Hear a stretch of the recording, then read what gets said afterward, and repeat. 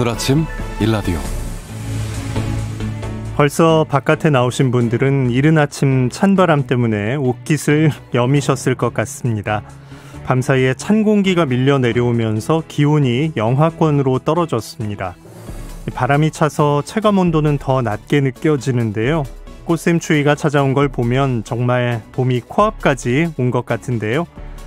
환절기엔 일교차가 크게 벌어집니다. 오늘도 한낮엔 10도 이상 오르는 곳이 많다고 하니까 지역에 따라선 아침과 한낮의 기온이 15도 넘게 차이 나는 곳도 있겠어요. 자, 이럴 때 옷차림 신경 쓰셔야 건강을 해치지 않습니다. 체온 관리 잘 하셔서 건강하게 봄을 맞이하시기를 바랍니다. 3월 3일 수요일 오늘 아침 일라디오 출발합니다. 저는 아나운서 김재홍입니다.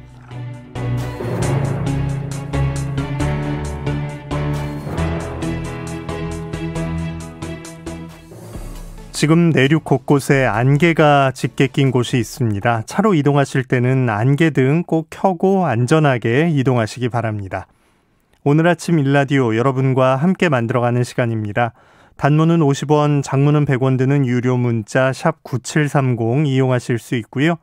유튜브에서 KBS 일라디오 공식 채널 검색해서 들어오시면 채팅창에 참여하실 수도 있습니다. 자, 오늘도 퀴즈로 시작합니다. 세상의 모든 농수산물 퀴즈 새농퀴. 들려드리는 힌트 잘 들어보시고요.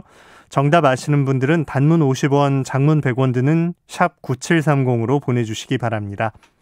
퀴즈 정답 보내주신 분들 가운데 추첨을 통해서 20분께 농촌진흥청에서 제공하는 웰빙 혼합 잡곡 세트, 경기 농촌융복합산업 인증 제품인 사과즙 세트, 모바일 커피 교환권 등을 보내드립니다. 자, 이번 주 새농퀴 그 세 번째 힌트 지금 나갑니다.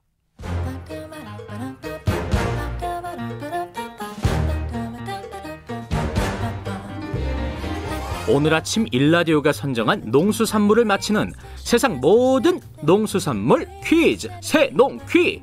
안녕하세요. 퀴즈 내는 성우 김희승입니다.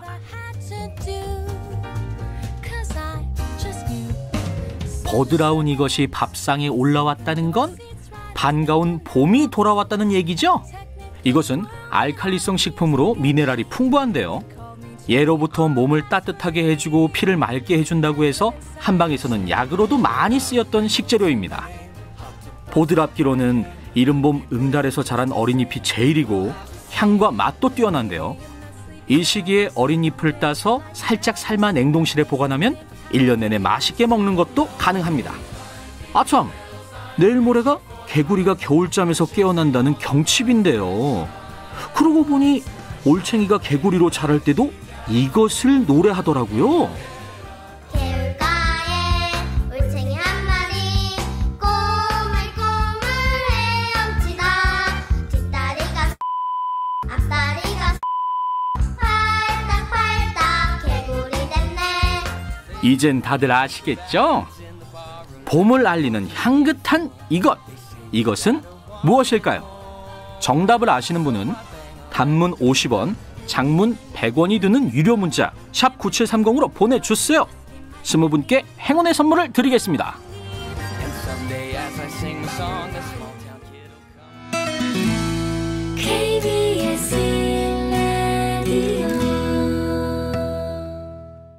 새농퀴 정답 아시는 분들은 단문 50원, 장문 100원 드는 유료 문자 샵 9730으로 보내주시면 됩니다.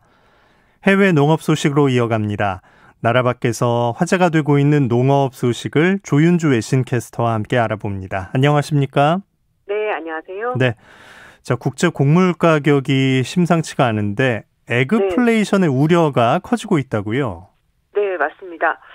에그플레이션은요, 농업, agriculture, inflation 이거 두 개 합쳐서 농산물 가격이 상승하면서 이 농산물을 원료로 하는 식품, 사료 가격까지 이렇게 물가가 전반적으로 오르는 현상을 말하는 건데요. 미국에서 최악의 한파가 발생하는 등 세계 곳곳에서 이상기후가 발생하면서 곡물 작황이 나빠지고 있기 때문입니다. 올해 1분기 국제 곡물 가격도 전년 이어서 여전히 올라갈 것으로 보이는데요. 지난달 기준 국제 곡물 선물 가격 지수가 138.9로 전월보다 0.9% 상승했습니다. 옥수수는 중국의 수입 수요 증가와 남미 파종 지연 때문에 생산량이 감소할 그 우려가 커지고 있고요. 콩은 남미 지역의 생육 우려 때문에 각각 상승할 것으로 전망했습니다. 밀은 달러와 강세 때문에 미국산 밀 가격 경쟁력이 약간 떨어지긴 했습니다만 미국에서 한파가 발생하면서 하락폭이 1% 정도로 제한됐고요. 또 미국의 주요 곡물, 기말 재고량이 줄고 산지에서 이상 기상이 발생함에 따라서 올해 1분기 선물 가격 지수가 전분기 대비 17.4% 오르면서 138.2가 될 것으로 예상됐습니다. 네. 우리도 곡물을 수입하니까 이 가격 변동에 영향을 받을 수밖에 없겠네요. 네, 맞습니다. 지난달에 곡물의 수입 단가가 식용밀, 식용콩을 제외한 거의 대부분 품목에서 상승했는데요. 식용 옥수수는 톤당 262달러로 전월보다 11.1%, 그리고 이제 기름을 빼내는 콩은 톤당 488달러로 약 6% 가까이 상승했습니다. 그리고 사료용 밀은 톤당 252달러, 옥수수는 228달러에서 각각 10% 넘게 올랐습니다. 1분기 곡물 수입 단가 지수가 옥수수 콩 재고량 감소 전망, 또 중국의 미국산 수입 지속, 또 남미의 기상 악화 등 복합적인 요인 때문에 식용은 6.2%, 사료용은 16.7% 상승할 것으로 예상이 됐습니다. 네. 수입 사료 원료의 가격 지수가 지난달 85.2%로 전월보다 11% 넘게 올랐으니까요. 이제 이게 나중에 시차를 두고 식품 등 물가에도 반영이 되는 겁니다. 네. 자, 중국이 지난달 말에 타이완산 파인애플 수입을 전면 중단하겠다 이렇게 밝혔는데요. 네. 여기에 대해서 뭐 어떤 의도가 있는 거 아니냐 이런 관측들이 나오고 있다고요? 네, 맞습니다.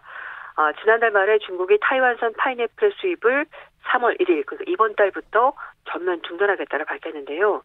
중국에서는 생태 안전성 문제를 이유로 들었습니다만 다른 의도가 있는 것 아니냐 이런 관측이 나오고 있습니다. 중국 국무원 타이완 판공실의 관계자가 지난달 말에 작년부터 이 타이완산 파인애플에서 검역성 유해 생물이 검출됐다면서 수입을 중단한다고 밝혔습니다. 이 유해 생물이 중국으로 들어오게 되면은 중국 본토의 농업 생산과 생태 안전에 심각한 위협이 될 수 있다고 그 이유를 들었는데요. 그러면서 정상적인 조치이고 관련 법규, 규정에도 부합하는 조치라고 중국이 주장했습니다. 네. 뭐 이유는 찾아낸 것 같은데 그렇다고 네. 해도 너무 갑작스러운 결정이었기 때문에 타이완은 좀 황당하겠네요. 네. 타이완의 농업위원회 주임은 절대 용납할 수가 없고 중국의 결정에 유감스럽다 이렇게 좀 밝혔는데요. 홍콩의 사우스차이나 모닝포스트의 보도에 따르면 중국이 작년 3월, 5월 사이에 수입된 이 타이완산 파인애플에서 유해 생물이 발견된 사실을 타이완에 이미 통보를 했습니다. 그런데 이 유해 생물은 작년에 6,200개 샘플 중에서 단 13개에서만 나왔습니다. 그러니까 비율로 따지자면은 99% 이상은 아무런 문제가 없었다는 건데요. 게다가 작년 10월 달에 타이완 당국이 검역을 강화해서 그 이후로는 단 한 건의 유해 생물도 검출되지 않았다고 합니다. 중국의 발표에 따르면 중국 본토의 농업 생산과 생태 안전에 심각한 위협이 될 정도라면 왜 작년에 검출됐으면 바로 중단하지 않고 이제 와서 뒤늦게 수입을 금지하느냐 여기에 의문이 남게 되는데요. 타이완산 파인애플은 거의 대부분 중국으로 수출이 된다고 합니다. 작년 같은 경우에 약 4만 5천 톤의 파인애플을 수출했는데 이 중에서 91에서 97%를 중국으로 수출했고요. 일본으로 수출한 것이 1에서 4.7%, 그리고 나머지 소량을 홍콩, 싱가포르로 수출한 거라고 합니다. 중국의 관영 매체들은 이번 조치로 타이완 농가들이 큰 피해를 입는 반면에 중국 소비자들의 피해는 그렇게 크지 않을 거다라고 전망했는데요. 2019년 중국 본토에서 파인애플 생산량이 172만 톤으로 타이완에서 수입한 수입량의 30배가 넘는다고 합니다. 그리고 최근 2, 3년 사이에는요. 현지 농가, 그러니까 중국 농가로부터 파인애플을 구입하고 있는데 중국의 재배 농가들은 타이완의 파인애플 종자를 사용하기 때문에 맛도 같지만 비용은 훨씬 더 줄인 그런 싼 파인애플을 중국 소비자들에게 공급을 하고 있는 겁니다. 소비력이 진짜 무서운 거네요. 예. 네. 아니 이전에도 비슷한 일들을 좀 중국 정부가 했기 때문에 혹시 정치적 의도가 숨어 있는 거 아닌가 이런 생각도 해볼 수가 있겠어요? 맞습니다. 이 파인애플은 타이완 남부 농민들의 주요 소득원이고요. 타이완 남부는 전통적으로 독립 성향이 강한 집권 민진당에 대한 지지도가 굉장히 높은 지역이라고 합니다. 타이완 집권 민진당은 그래서 이제 여론조사에 나선 건데요. 타이완 농업위원회 측에서 남부 지역 농민들의 소득을 보존하기 위해서 10억 타이완 달러를 지원하겠다라고 밝혔고요. 차잉원 총통도 직접 나섰습니다.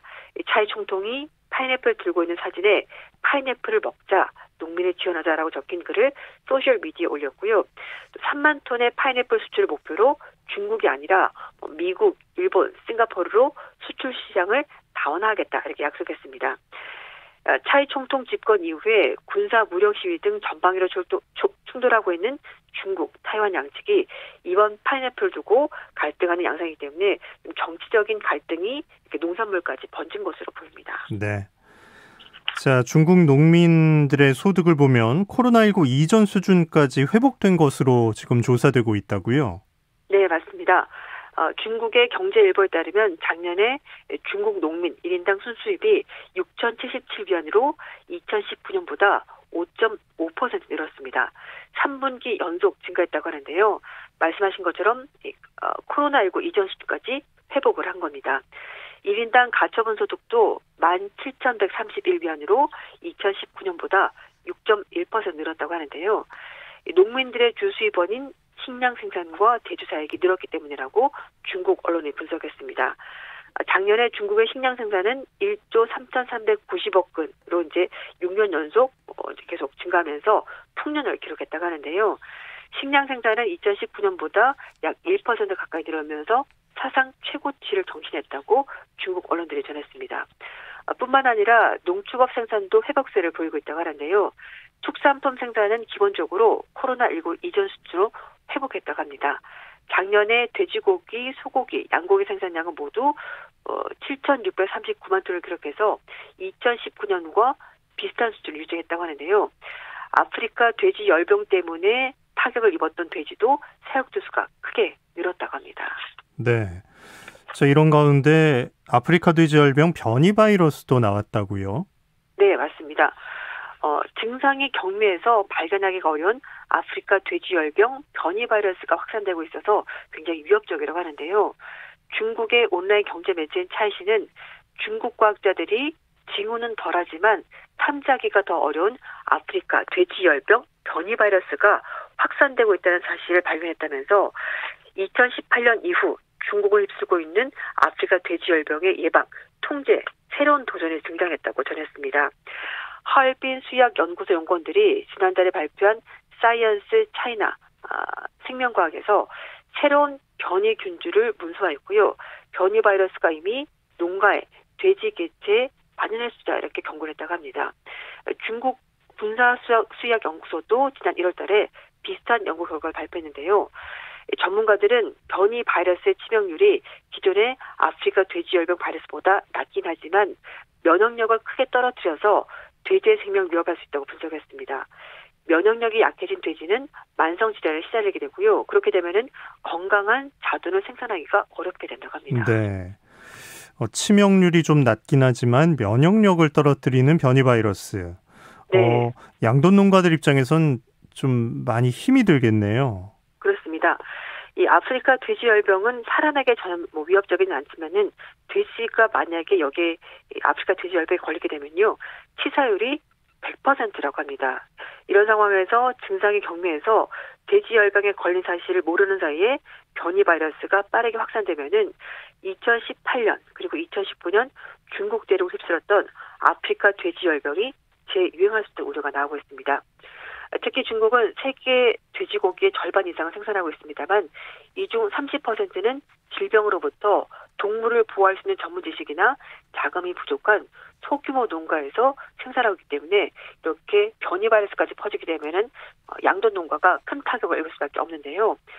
차이시는 업계 관계자를 인용해서 현재 임상 2단계 실험 중인 백신이 있을 뿐이라면서 상용화된 백신이 없는 상태에서 많은 양돈 농가들이 손실을 줄이기 위해서 출처가 불분명한 백신을 사용하고 있는데 이렇게 되면은 오히려 이 바이러스의 돌연변을 촉진시켜서 위기를 악화시킬 수 있다 이렇게 경고하고 있습니다. 네. 아프리카 돼지 열병으로 중국에서 1억 마리 이상의 돼지가 폐사했고요. 2019년 중국의 돼지고기 생산량은 1년 전보다 무려 20% 넘게 줄면서 16년 만에 최저 수준을 기록하게 됐었다고 합니다. 네. 자, 해외 농업 소식 조윤주 외신 캐스터와 함께했습니다. 고맙습니다. 네, 감사합니다.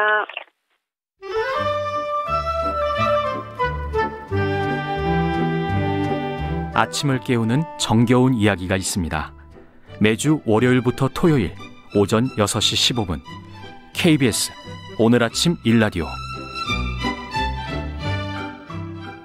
자, 이제 3월입니다. 곧 산을 찾는 분들도 훨씬 더 많아질 것 같은데요. 보통 산에 오를 때 뭐 신발, 옷, 또 뭐 간식, 카메라 같은 걸 챙기실 것 같은데 모두가 나를 위한 것들이죠. 그런데 남을 위해서 또 우리를 위해서 산에 오르는 분들이 있습니다. 이분들은 버려져 있는 쓰레기를 모아올 주머니와 집게를 가장 먼저 챙긴다고 합니다. 오늘 지구를 지켜라, 쓰레기를 치우기 위해 등산하는 분들의 이야기 함께 들어봅니다. 클린 하이커스의 리더인 김강은 씨 전화 연결돼 있습니다. 안녕하십니까? 네, 안녕하세요. 네, 반갑습니다. 네. 클린 하이커스, 어떤 생각을 공유하는 분들이 모인 곳인지 먼저 소개를 좀 부탁드릴까요? 네. 클린 하이커스는 산에서 쓰레기를 줍는 활동을 바탕으로 친환경적이고 건강한 아웃도어 문화 만들고 또 나아가서는 더 나은 지구를 만들고자 하는 다양한 친환경적인 활동을 하는 그룹이에요. 그래서 이제 SNS 기반으로 매달 한 번씩 사람들을 모집해서 클린 하이킹 캠페인을 이제 활동하고 있습니다. 월 1회 SNS를 통해서 모이시는군요. 네, 맞아요. 네. 회원들은 몇 분 정도로 생각을 하면 될까요? 사실은 이게 이제 처음엔 동호회 활동이 아니라서 회원이 아니고 매달 한 번씩 새롭게 10명 정도의 사람들과 함께 했었는데요. 네. 재작년부터 2019년부터는 이제 한 달에 한 번씩 활동했던 사람들 중에서도 계속 지속적으로 활동하길 원하는 분들이 많아서 이제 그런 분들을 모으다 보니까 지금은 한 90명 정도가 이제 활동을 하고 있는 것 같아요. 그렇군요. 네. 자, 이 정기적인 활동을 이어오고 계신 건데, 그러면 이제 그때그때 장소를 정하면 그 시간과 그 장소가 가능한 분들이 모이는 그런 형식이 되겠네요? 네, 맞아요. 이제 캠페인 오픈할 때는, 이제 캠페인을 열 때는 한 장소를 정해요. 서울 근교나 이번엔 부산입니다. 어느 산에서 몇 시에 우리 함께 쓰레기도 줍고 이야기도 나눠요. 이렇게 하면 지원을 하시는 거예요. 네. 야, 이거 관심 갖고 지켜보는 분들 가운데 왜 우리 동네엔 안 오나 기다리는 분들도 많이 계시겠네요. 네, 맞아요. 그래서 제가 이제 서울, 경기 이쪽에서 활동을 하다 보니까 이쪽으로 주로 열게 되는데 광주분은 광주에서도 한번 열어주세요. 어디에서도 열어주세요. 이렇게 해서 이제 전국적으로도 조금 활동을 할 수 있게 만들면 좋지 않을까 이런 생각이 들어요. 지금 우리 동네 산으로 오신다면 어떤 식으로 이제 안내를 할지 미리미리 이렇게 준비하고 계신 분들도 많이 있을 것 같습니다. 네. 자, 이게 사실 직접 버린 것들이 아니잖아요. 버리는 불특정 다수의 사람들이 있는 거고 그걸 이제 가서 치워주시는 건데, 아니 이렇게 버려져 있는 쓰레기를 주워서 치우는 게 내일이라고 생각하게 된 그런 계기가 뭐였을지 궁금해져요.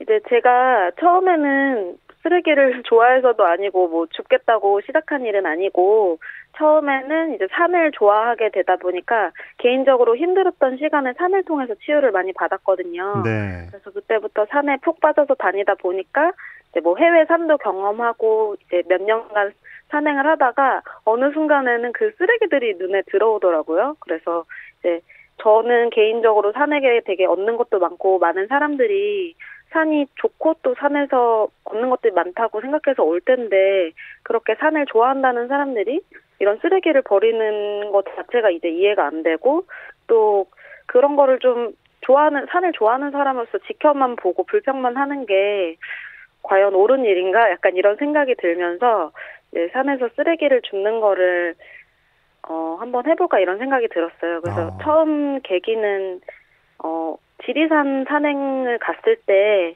이제 거기는 산이 국립공원이다 보니까 하루 숙박할 수 있게 이제 대피소도 있고 지금은 코로나 때문에 닫혀 있긴 하지만 예전에는 이제 열려 있고 또 취사장이라고 해서 밥을 해 먹을 수 있는 공간이 있거든요.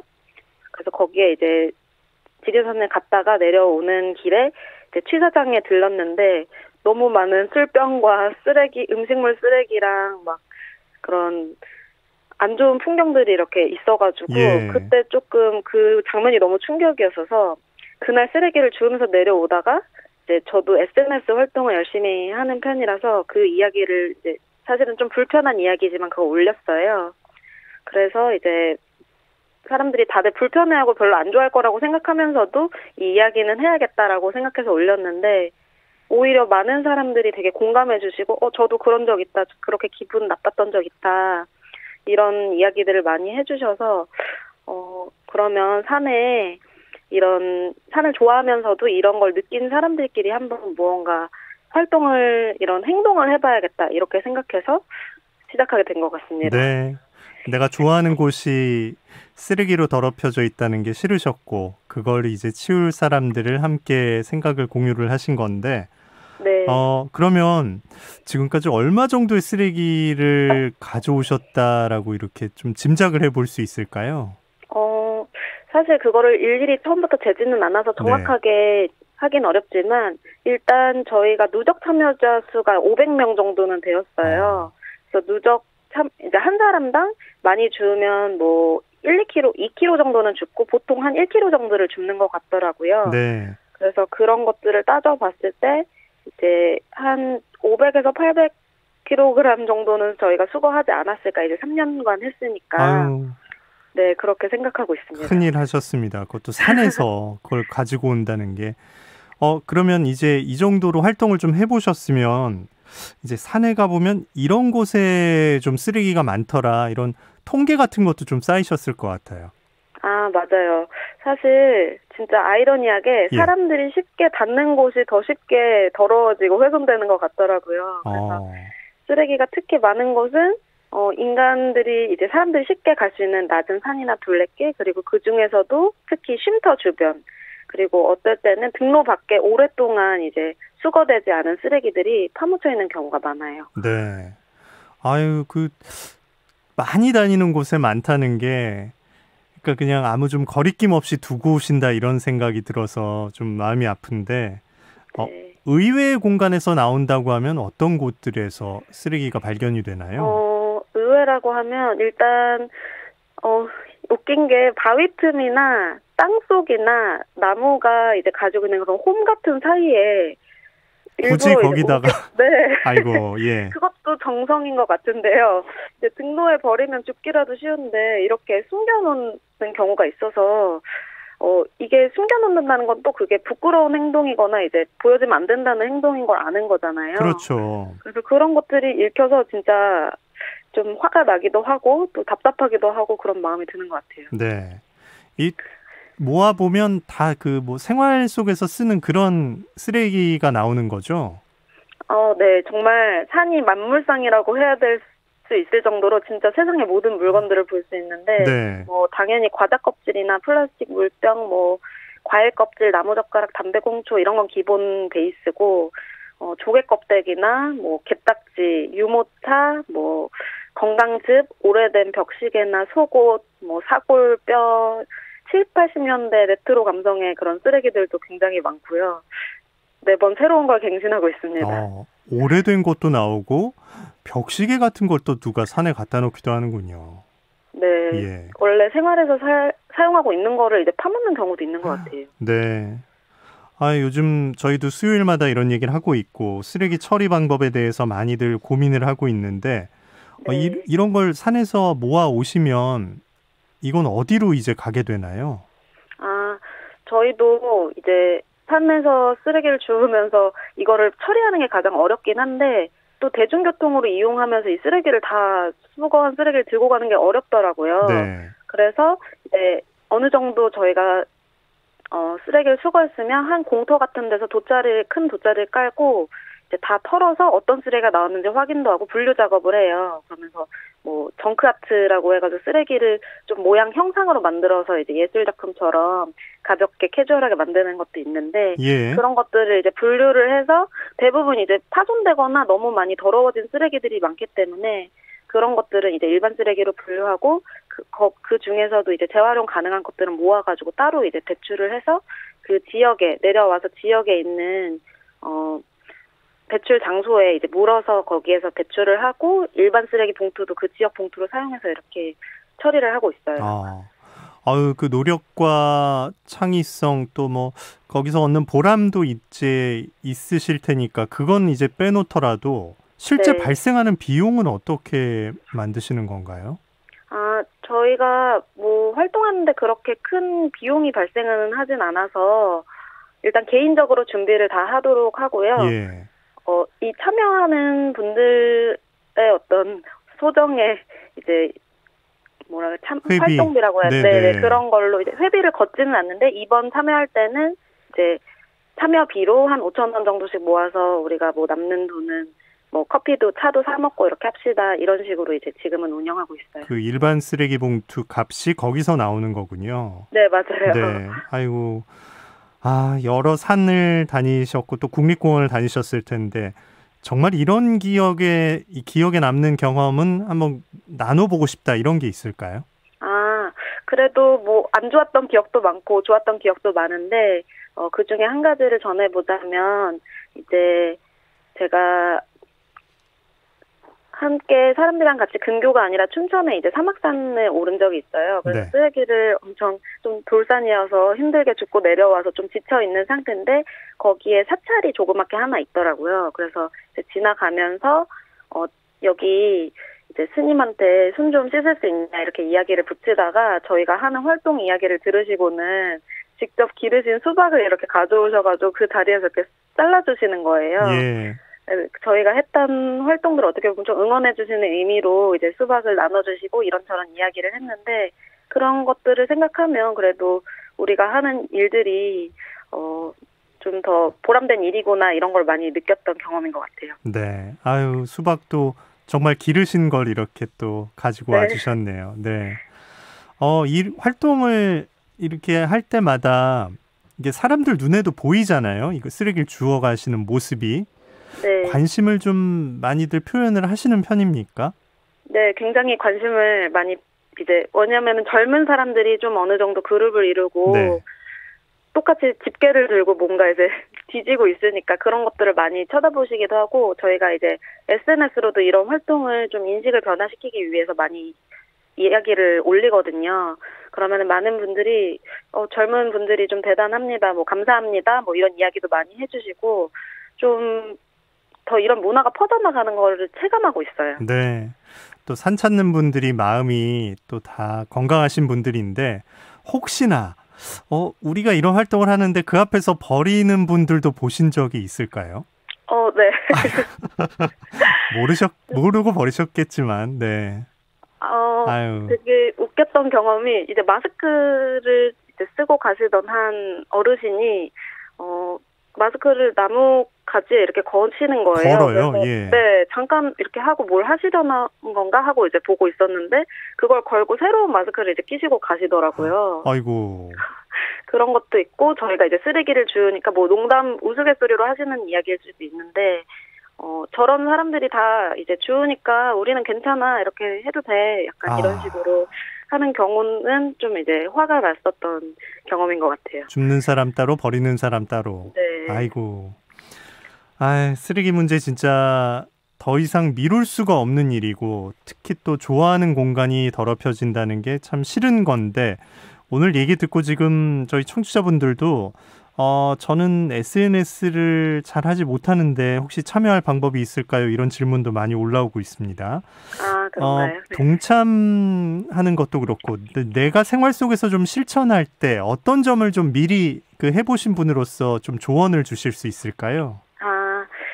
동참은 하고 싶은데 뭐 쓰레기 줍는 게 어렵게 느껴지거나 좀 익숙치가 않으면 너무 거창하게 생각하지 말고 딱 한 10개나 20개나 이렇게 개수를 정해서 주워보는 거를 좀 더 추천드리고요. 네. 또 그게 또 어렵다면 일상에서 쓰레기를 줄이는 게 어떻게 보면 버려진 쓰레기를 줍는 것보다 더 중요한 거잖아요. 그래서 일상에서 뭐 텀블러를 사용한다든지 산행할 때 개인 젓가락이나 뭐 김밥을 테이크아웃 할 때도 일회용품 사용하기보다는 내가 도시락통을 준비해서 이제 테이크아웃을 한다든지 이런 것들을 좀 더 추천드리고, 이제 이런 쓰레기를 줄이는 게 중요하지만 또 한 가지 중요한 게 제가 스스로가 지치지 않을 만큼 작더라도 꾸준히 실천하는 게 중요하잖아요. 네. 그래서 이제 너무 거창한 거를 완벽하게 하려고 하기보다 나의 100%보다 모두의 뭐 5%, 3%가 더 큰 영향력을 발휘하니까 내가 지금 할 수 있는 부분에서 조금씩만 변화를 시켜보는 거를 조금 더 추천드리는 것 같아요. 아유, 네. 3429님께서 좋은 일 하십니다. 7922님, 웃음소리까지 참 기분 좋게 해주시는 분이네요. 라고 문자 주셨습니다. 지구를 지켜라. 오늘 클린 하이커스의 리더 김강은 씨와 함께 이야기 나눴습니다. 고맙습니다. 네, 감사합니다. 오늘 아침 일라디오 함께하고 계십니다. 지금 시각 6시 46분입니다.